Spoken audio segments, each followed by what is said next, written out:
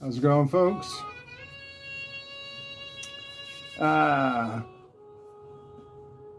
I thought I'd come on and do a talking video this time. But I like the more behind the scenes kind of footage. But yeah, what the hell? Got some albums to show.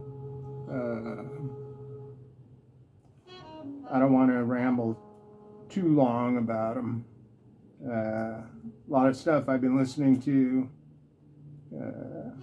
some purchases, and yeah, just there's a great batch of world ethnic music I came across. Yeah. What do we got going here?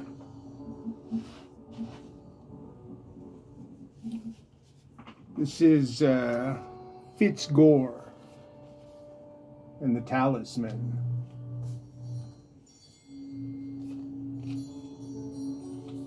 This is a compilation of Fitz Gore albums. I think he made 3 total, and this is a compilation taken from those 3. And when this came out, I think this was 2009.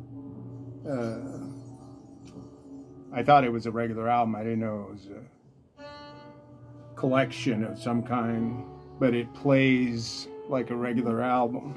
And Fitz Gore, was born in Jamaica. He's Jamaican, but you could say he traveled,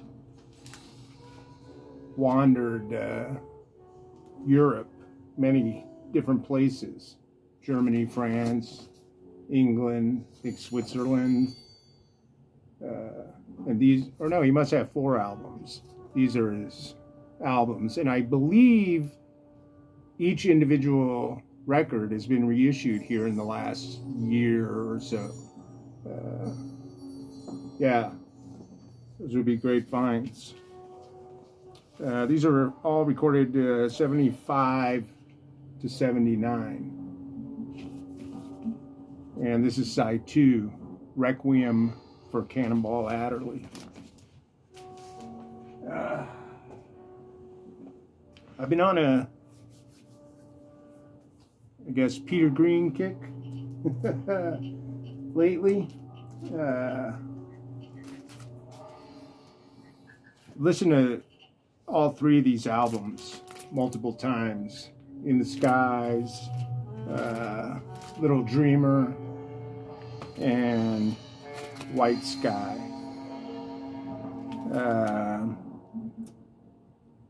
79, 80, and 82, I believe. There's another album that was in between here, 81. I don't have that, and I can't remember what it's called, but these are really nice albums.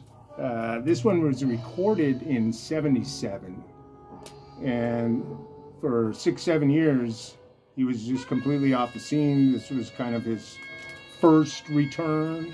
Then again in the 90s. This one, In the Skies especially, of these 3. Mainly because just about half of this is instrumental. And yeah, these are great albums. I mean, it sounds of the time, late 70s, early 80s, and he was not doing anything to blow people's mind, but the songs are just very skillful. He didn't lose his songwriting touch. He was a very skillful songwriter. And so, yeah, these are really great. cheap, probably, I think. I don't know. What's cheap now? But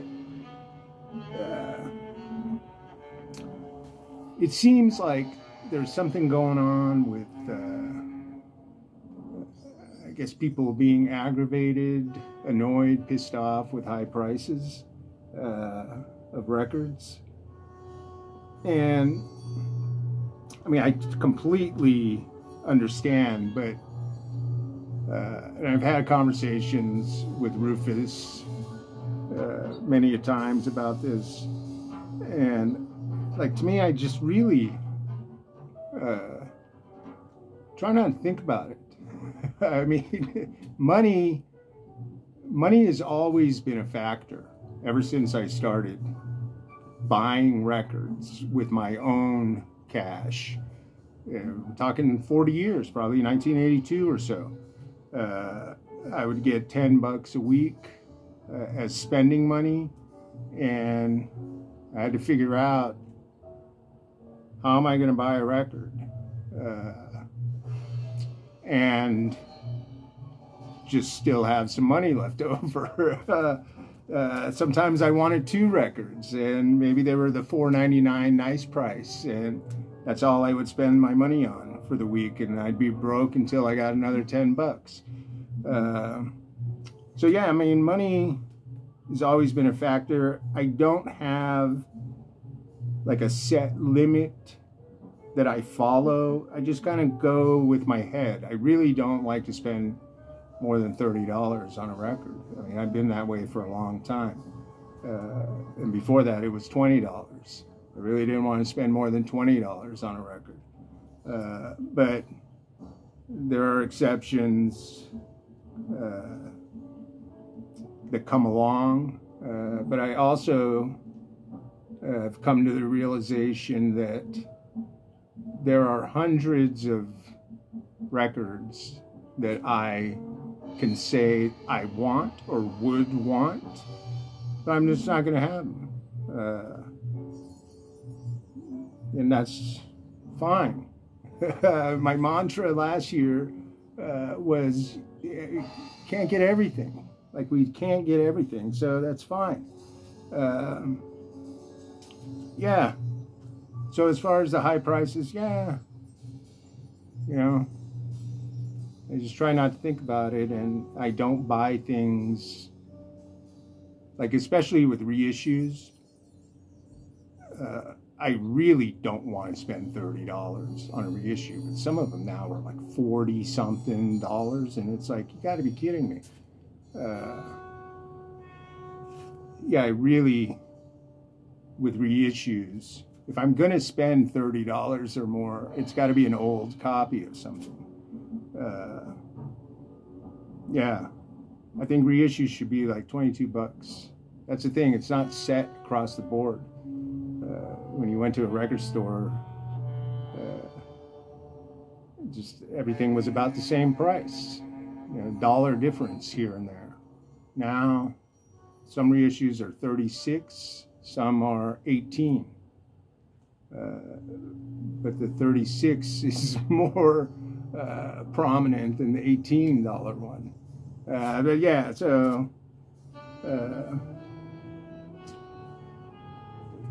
when I go to a record shop, I go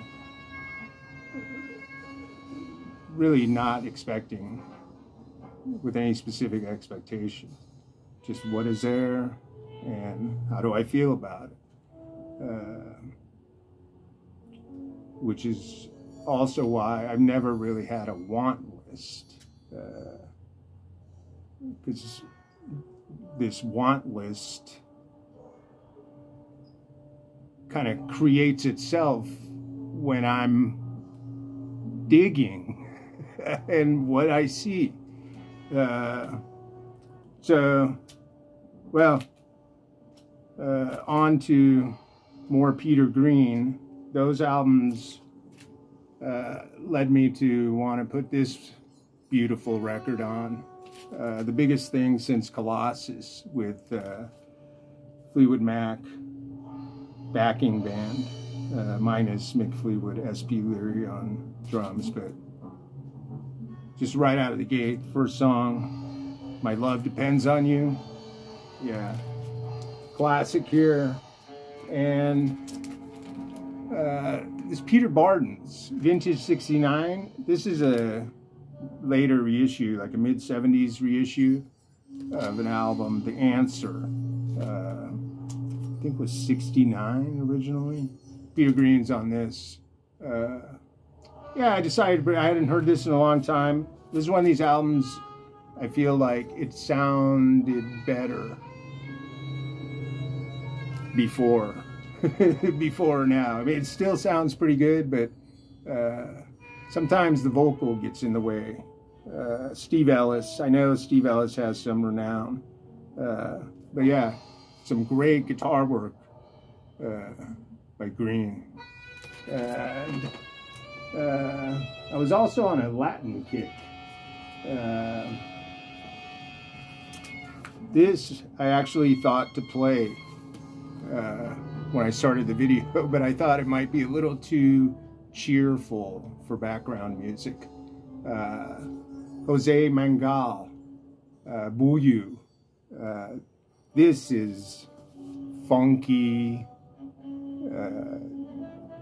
electric, kind of a fusion, jazz fusion, Latin, funk.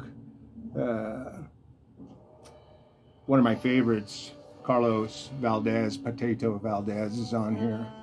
And Turnstile Records, I don't know how many albums they actually put out, probably less than 10. And yeah, great. Congolero. Is he a Congolero? I know Mr. Potato Valdez. Yeah, Mangal plays bongo. Potato plays conga. I mean, some of the musicians on here. Jimmy Nepper, trombonist, is on here. Great bassist, Fender bass. Bobby Rodriguez. On one song, you got the studio guys, Richard T., Steve Gadd, Ralph McDonald, Hugh McCracken, Anthony Jackson. Mike Lawrence is on trumpet on a track. Yeah, this thing's a smoker. Really good. With Latin music, it's really one of my favorites, but I'm also very picky about what I like. As far as Latin jazz. And this is another one, Understanding Latin Rhythms, with Mangal and Potato. This is all percussion, except for, I think Bobby Rodriguez is on here too, playing the electric bass. Yeah, with about electric bass with about 6 percussionists. Yeah, there they all are. This is a nice record. I mean, it says the most authentic, instructional, full fidelity stereo recording ever presented. Instructional. But, I mean, it's an album. Latin Percussion Ventures. This song that's playing right now, I don't know if I should let it play. It does a song for my father.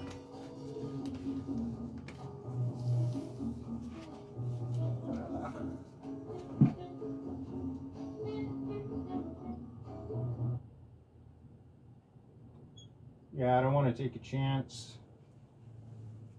on something getting blocked. Let's see what we can put on.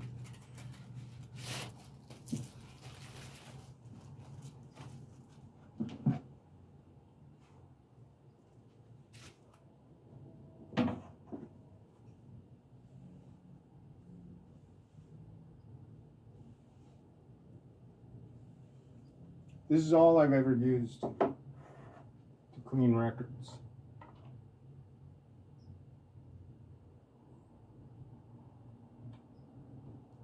And sometimes the D4.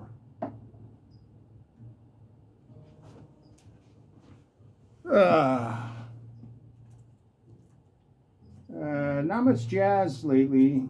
I do have a few here. This is a really nice album I picked up real cheap. Charles Bobo Shaw. This is on Muse. But it was originally on a different label with a completely different cover. A much cooler cover. This has Joseph Bowie and the guitar player on here. Francois Niomo Mantula. Never heard of, but man. He's right in there. Julius Hemphill, Alex Blake, bass, and Abdul Wadud. The first song on here is like a rock jam. Steam Away Cool 500. Yeah, another one should be cheap. I've never seen the original. I think it's Charles Bobo Shaw, close up. Kind of a unusual photo. And I don't have a whole lot of Cannonball Adderley left. I've gotten rid of a number of Cannonball albums and kept a few. This one, Charles Lloyd is in the group, and this is really, really nice because they do mostly Charles Lloyd songs. Little Boy with the Sad Eyes, Sweet Georgia Bright, the song My Lady Sings, and Nat's Work Song. This is nice. I think it was recorded in 60. And these Capitol albums never have a year. Can't remember when Charles Lloyd was in the band after Yusef Lateef.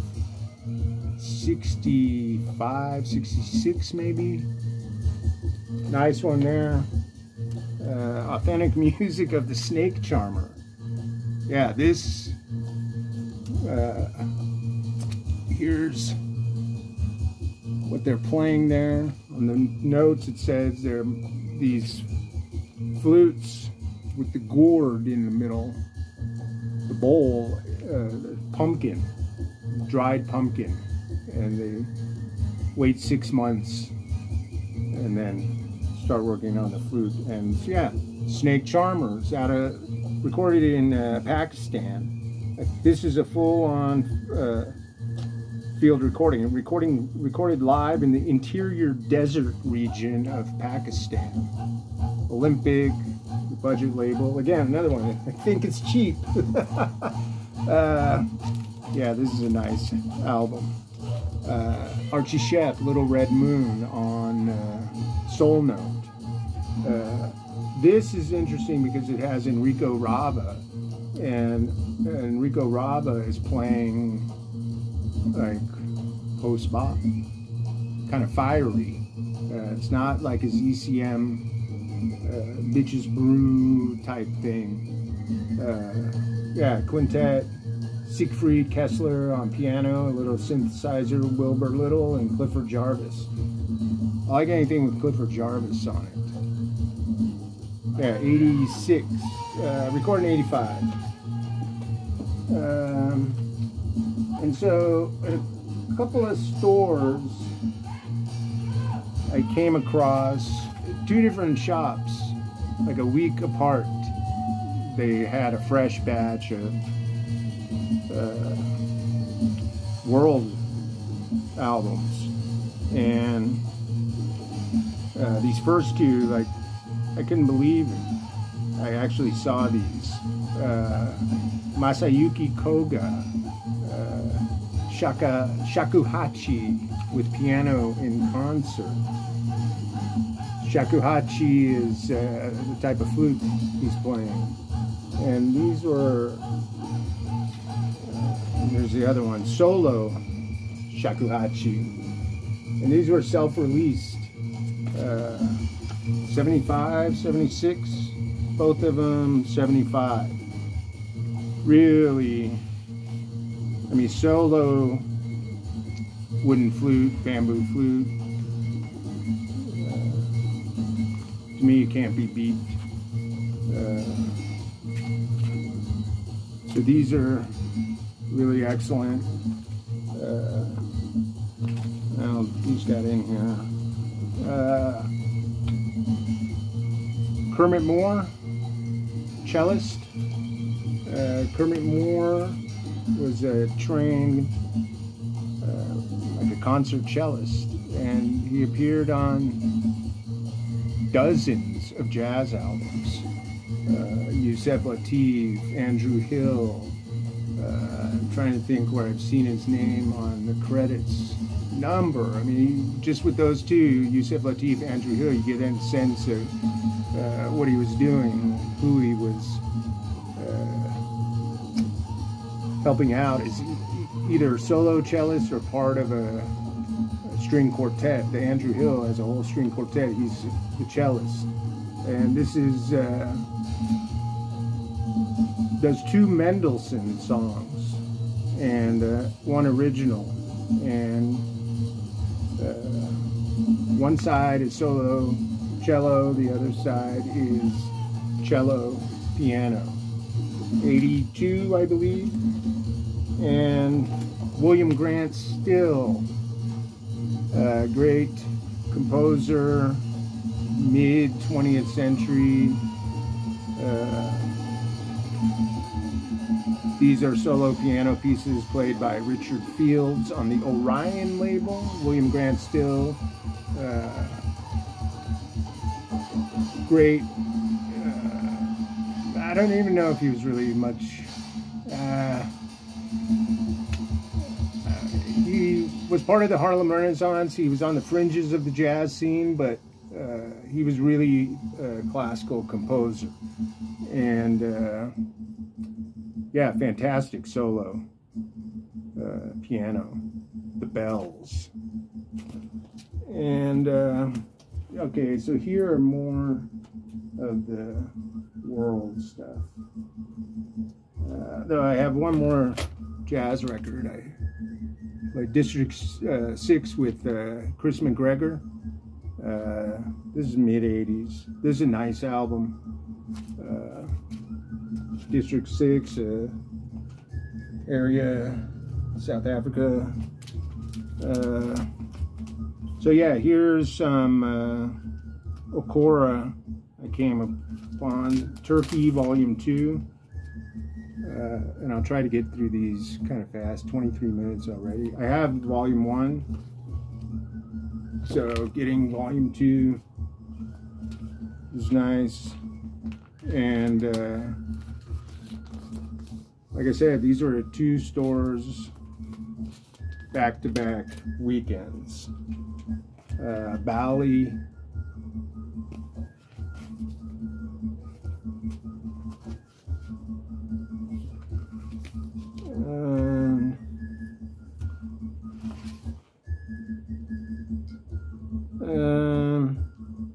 Ivory Coast.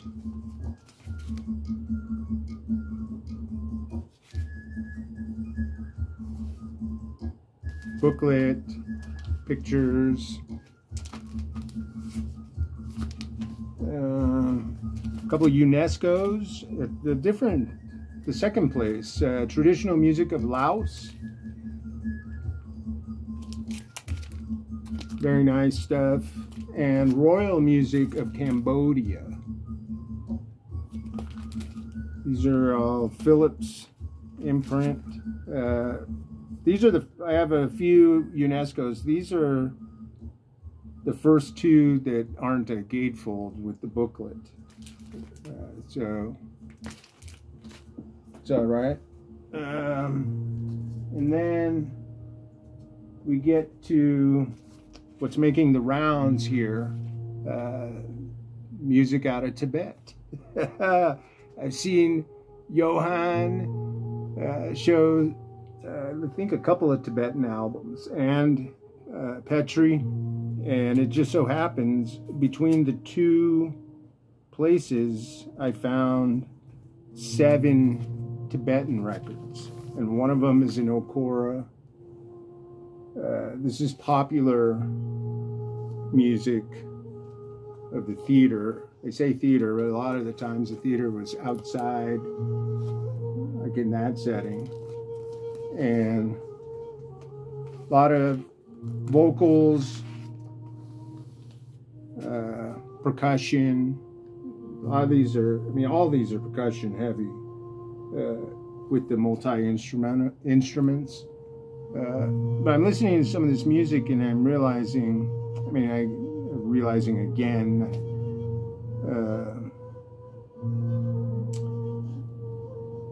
every culture throughout the world, their traditional music, the earliest known recorded history of any of the music from anywhere, is simple string instrument, percussion, and some sort of wooden flute, reed,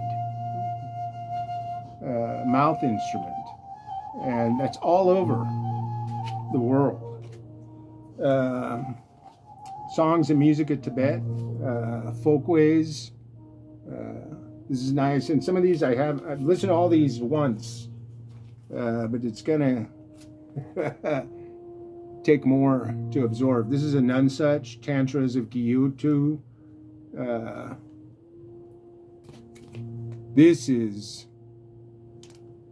I think Petri said it's a little, I don't know if he used the word creepy or dark. I mean, this is, it's funny because the Okora record is really up and happy. And the more religious, spiritual, storytelling music is really dark. The vocals. This is, I think Johan showed Tibet 2. This is Tibet 1. Actually, I've had this for a while. This isn't part of what I found. And this is a UNESCO. And this, there are parts of this I've listened to this a number of times. It's like free jazz, spiritual jazz, like the origins. This one, Religious Sound of Tibet, this is really something.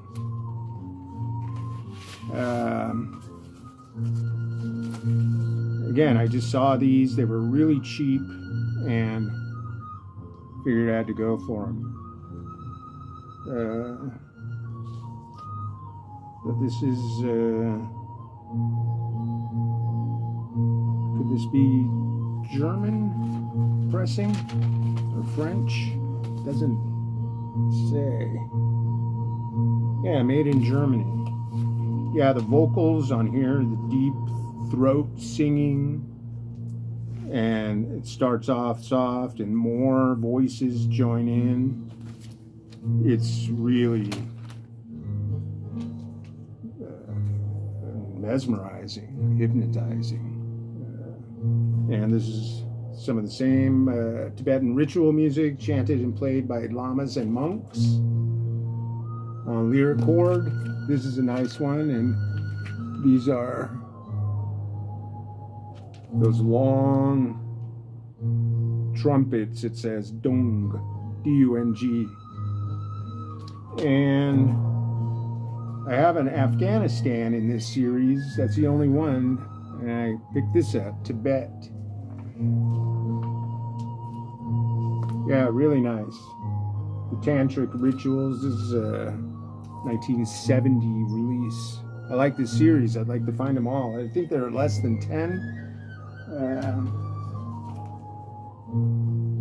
The one Petri showed is better, has a better cover. This is the American on Rounder, Hungarian folk music.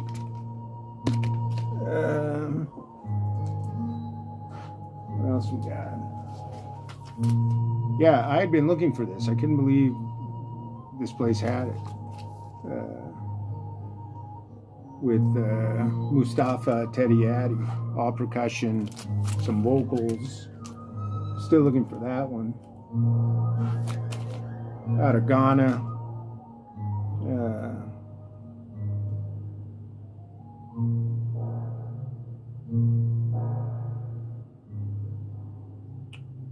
recorded in London.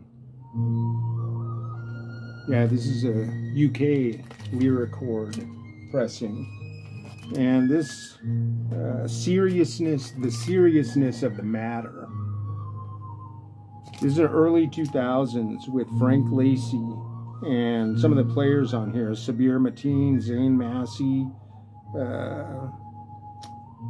It says Beaver Harris, but there's a little sticker here that correction. Beaver Pearson, not Beaver Harris. Yeah, this is early, like I said, early 2000s. Heavy hitting, you could say free jazz. Yeah, on the Frank Lacey led this unit, QPSM unit, which I guess is for quadraphonic sound module, and that's the label. I'm guessing out of New York. And the picture on the front, it says the wise man on the cover is Spencer Richards. And man, I had a great listening to this. Yeah, this is an exquisite album. I think I put the other one away. I followed it up with Harold Melvin and the Blue Notes, Wake Up Everybody. Perfect back-to-back listens. But this, and oh yeah, another Latin jazz quintet, Latin soul with Juan Alambert, and Bobby Capers. I like Bobby Capers on this. This is New Jazz. I believe this is 1965 originally. This is a reissue. Yeah, really grooving stuff. Like I said, I'm picky. It's hard to describe what I like. I've gotten rid of a number of Latin-based albums just because I take a chance and that's not what I'm looking for. But the ones I like, I really like. Yeah, Willie Coleman on vibes, Artie Jenkins piano, and this, I don't really know what this is. It sounds a little like mariachi music. I think it's all instrumental, if I remember right. And I just got it because of it was dirt cheap, and the cover and the title. So I don't know if anyone knows anything about this. I'm not sure if it's one artist even, or it's a compilation. Yeah, because everything here is on the front of the song titles. Maybe it's one artist. And there's not a whole lot of information to go on. And let's do this real quick. Sometimes I just want to put something on and not really have to think about it. Just something nice sounding. And a lot of times I break out Segovia. Beautiful. There's Leyenda is on this one. Decca. This is really nice just to have on. Kind of mingle alone. Yeah, Segovia. I don't have, it's probably been 10 years since the last Segovia album I got. I probably have 5, and I've had those 5 for a long time, so I should be on the lookout for something else. And I tried to get through both of these records. Something made me think of them. The Baker Gurvitz Army, I put this on first. It sounded pretty good. I got this because of the song Inside of Me. But yeah, these are good. But then when I put this on, I just turned it off midway through the first side. So I'm like, okay, that's enough for now. And Dave, the VC ambassador, is having contest, show some ringwear. Dave you don't have to put my name in the hat. I have the prize you're giving away, Sonny Rollins, the bridge, nice prize. So I'm just doing it to make it part of this video. I think we were talking about this. We never see a copy of this record in good shape without ringwear. And we were talking with Jim and Dave, and we were all saying how all our copies have this ringwear, and we haven't seen it very often, but when we have, the other copies have ringwear. So yeah, I mean, I've had this 20-something years, and that's how it was. Another one, the ringwear, that's definitely the worst. And then I don't really have that much, I don't think, really heavy ringwear like that. This Graham Bond, this little here on the back. This is a nice album. Look at those musicians. I'm not sure exactly what this album is. It's a double. It's some like bluesy rock and roll and some early fusion with guys like McLaughlin, John Heisman, Dick Hextall Smith. Is John Sermon on here too? I don't know. And the last one is just the worst, probably the worst album cover overall I have. It's Fireball. Yeah. This is beat up. I've probably had this almost 40 years. And I've always been kind of, you know, I try to get good condition stuff, and stuff like this, it makes me wonder, like, what made me get this, like this copy?